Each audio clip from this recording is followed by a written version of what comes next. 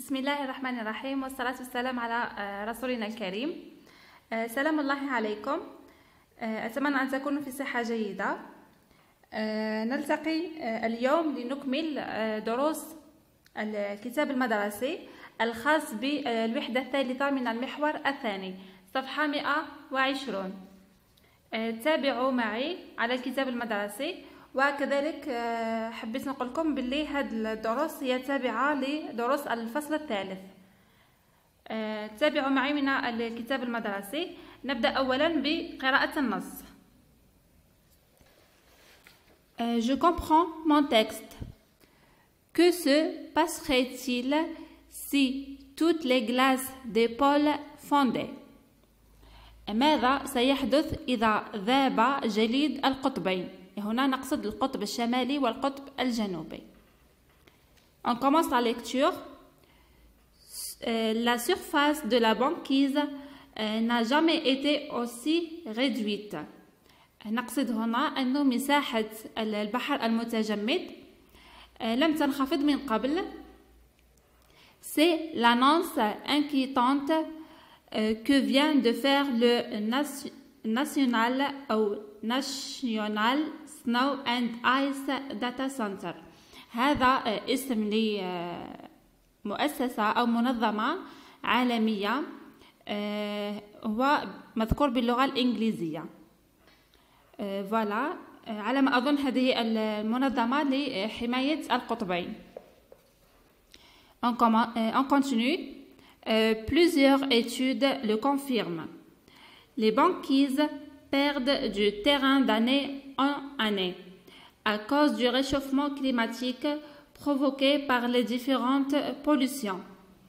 يعني المعنى هنا أن مساحة هذه المحيطات المتجمدة تخسر عام بعد عام نسبة من مساحتها بسبب le réchauffement climatique اللي هو زيادة درجة حرارة الأرض التي تتسبب بشتى أنواع التلوث. يعني التلوث يسبب ارتفاع درجة حرارة الأرض وكذلك الاحتباس الحراري، مما يؤدي إلى ذوبان الجليد. نكمل. 10% des terres de notre planète sont recouvertes de glace. عندنا 10% من الأرض الموجودة على الكوكب أو على كوكب الأرض هي مغطاة بالجليد، يعني تشكل نسبة 10%. Il s'agit des calottes glaciaires, l'Antarctique et le Groenland. هنا نتحدث عن الكتل الجليدية، هي لي كالوت غلاسيير، هي الكتل الجليدية. هنا يوجد نوعين أو ذكروا اسمين اللي هي l'Antarctique et le Groenland.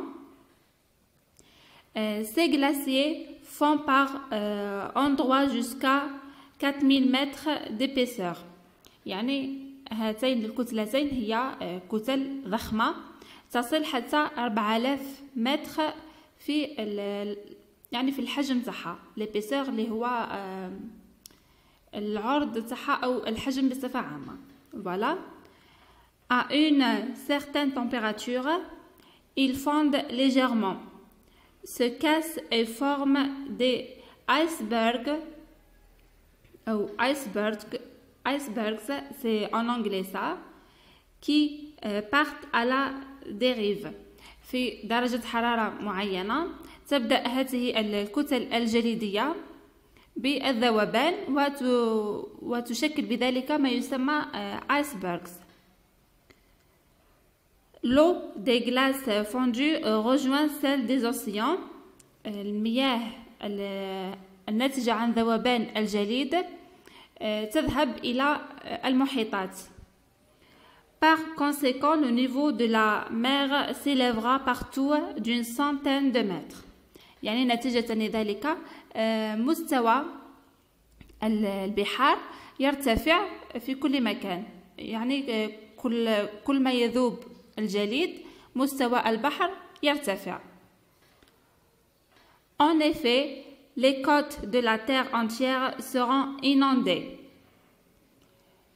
les côtes هما السواحل سواحل الكرة الأرضية معرضين لخطر الفيضان أو يعني البحار هي اللي تفيض على السواحل. Voilà. Certaines îles et les villes situées en bordure de mer seront englouties sous les eaux. يعني بعض الجزر والمدن الساحلية التي تقع على يعني البوردور دو مير هي الساحل هي معرضة لخطر الغرق تحت المياه. فوالا نتمنى تكونوا فهمتوا النص. يعني كما أذكر دائما أنه إذا كانت هناك مصطلحات غير واضحة يكفي أنكم ترجعوا للقاموس وستفهمون بإذن الله. Maintenant, on passe aux questions. Je vérifie ma compréhension du texte. Question numéro 1. Qu'est-ce que l'Antarctique et le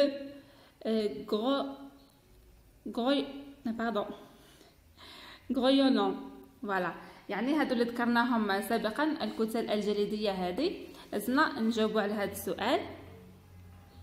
Ce sont des calottes glaciaires, c'est-à-dire d'immenses glaciers d'eau douce.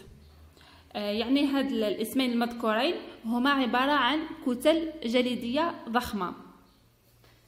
Voilà. Question numéro 2. Que représente leur surface par rapport aux terres de notre planète?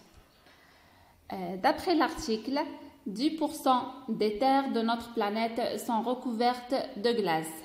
يعني من خلال النص عندنا 10% من الأرض هي مغطاة بالجليد. Question numéro 3.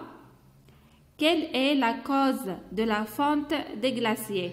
ما هو سبب ذوبان الجليد؟ Les différentes pollutions ont provoqué le réchauffement climatique qui a causé la fonte des glaciers.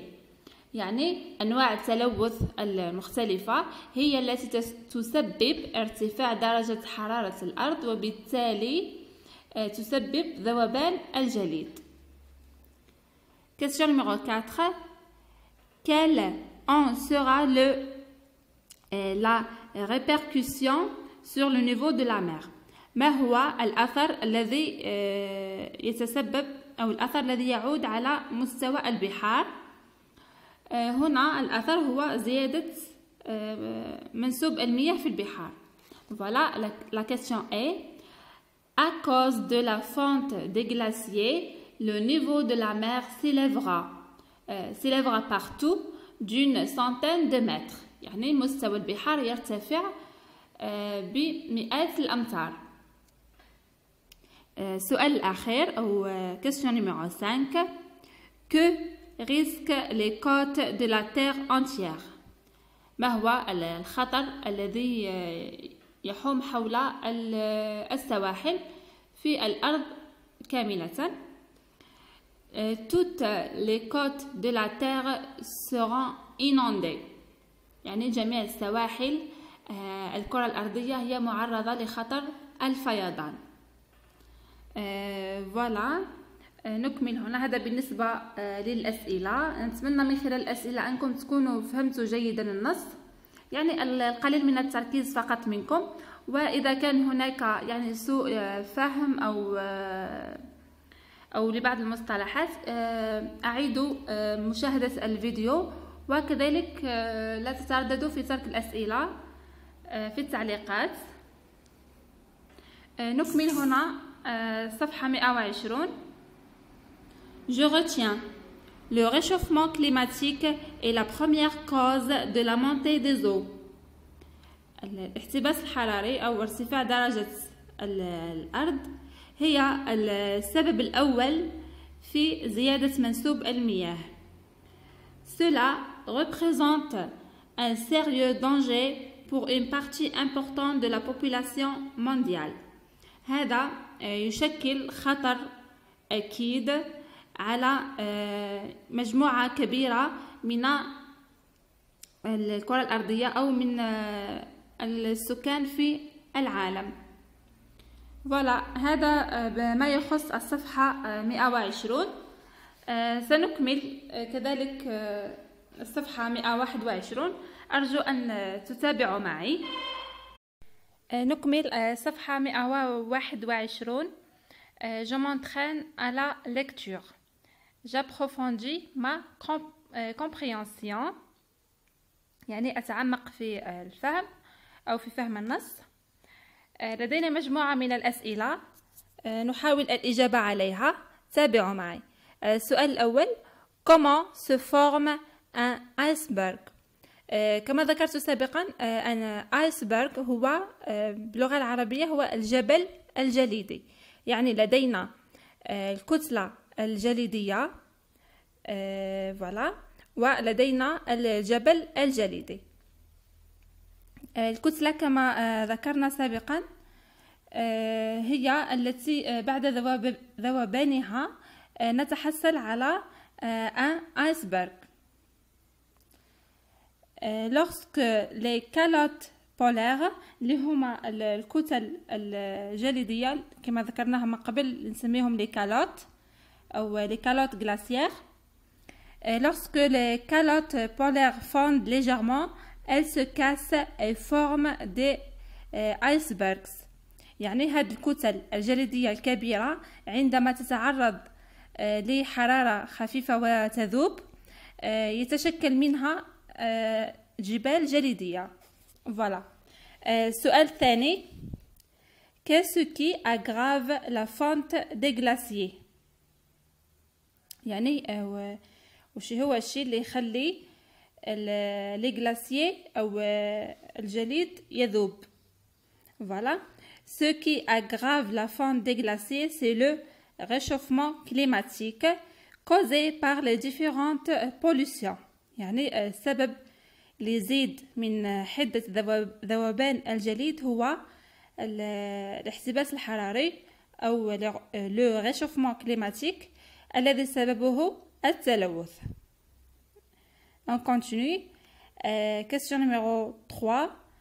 Quelle en sera la conséquence؟ ماذا ستكون النتيجة؟ La conséquence est grave pour la nature et pour l'homme. نتائج كارثية بالنسبة للطبيعة وللإنسان. Car la fonte des glaciers a réduit la surface de la banquise et provoqué une élévation du niveau de la mer. يعني أنه بسبب ذوبان هذا الجليد ستتقلص مساحة لابانكيز أو البحار الجليدية، ومما يتسبب في زيادة نسبة البحار أو مستوى البحار سيرتفع، وبالتالي يتعرض الإنسان والطبيعة لخطر الفيضانات. On continue. السؤال الأخير: Relève dans le texte une proposition de conséquence. استخرج من النص يعني عبارة تدل على النتيجة. يعني على ما أظن هذا الدرس كان في الوحدات السابقة. هنا لدي الجملة: L'eau des glaces fondues rejoint celle des océans. Par conséquent, le niveau de la mer s'élèvera partout d'une centaine de mètres. هنا la proposition de conséquence est introduite par conséquent. يعني هنا هاد العبارة تاع النتيجة استعملنا الأداة par conséquent. نتمنى يكون كذلك هذا الدرس واضح، يعني ما درستوش معايا من قبل، ولكن إذا كان هناك سؤال أو سوء فهم لهذا الدرس لا تترددوا في إخباري بذلك. فوالا، ننتقل إلى السؤال الأخير. J'en parle avec mes camarades. À partir du texte de lecture, explique avec tes propres mots les conséquences de la montée des eaux. انطلاقا من النص الذي قرأناه من قبل، اشرح باستعمال أسلوبك الخاص وكلماتك الخاصة النتائج التي تأتي بعد ارتفاع مستوى المياه. أنا سأترك لكم نموذج لهذا النص، ستجدونه مكتوب مع الأجوبة إن شاء الله. فوالا، بهذا نكون وصلنا إلى نهاية الفيديو. أتمنى أني وفقت في هذا الشرح المبسط، ولا تنزعجوا من الطريقة، أن أحاول كثيرا أني نكرر الإجابات ونكرر الأسئلة ونكرر الكلمات حتى يكون الدرس واضح. فوالا، أترككم في رعاية الله وحفظه، نلتقي في الفيديو القادم إن شاء الله.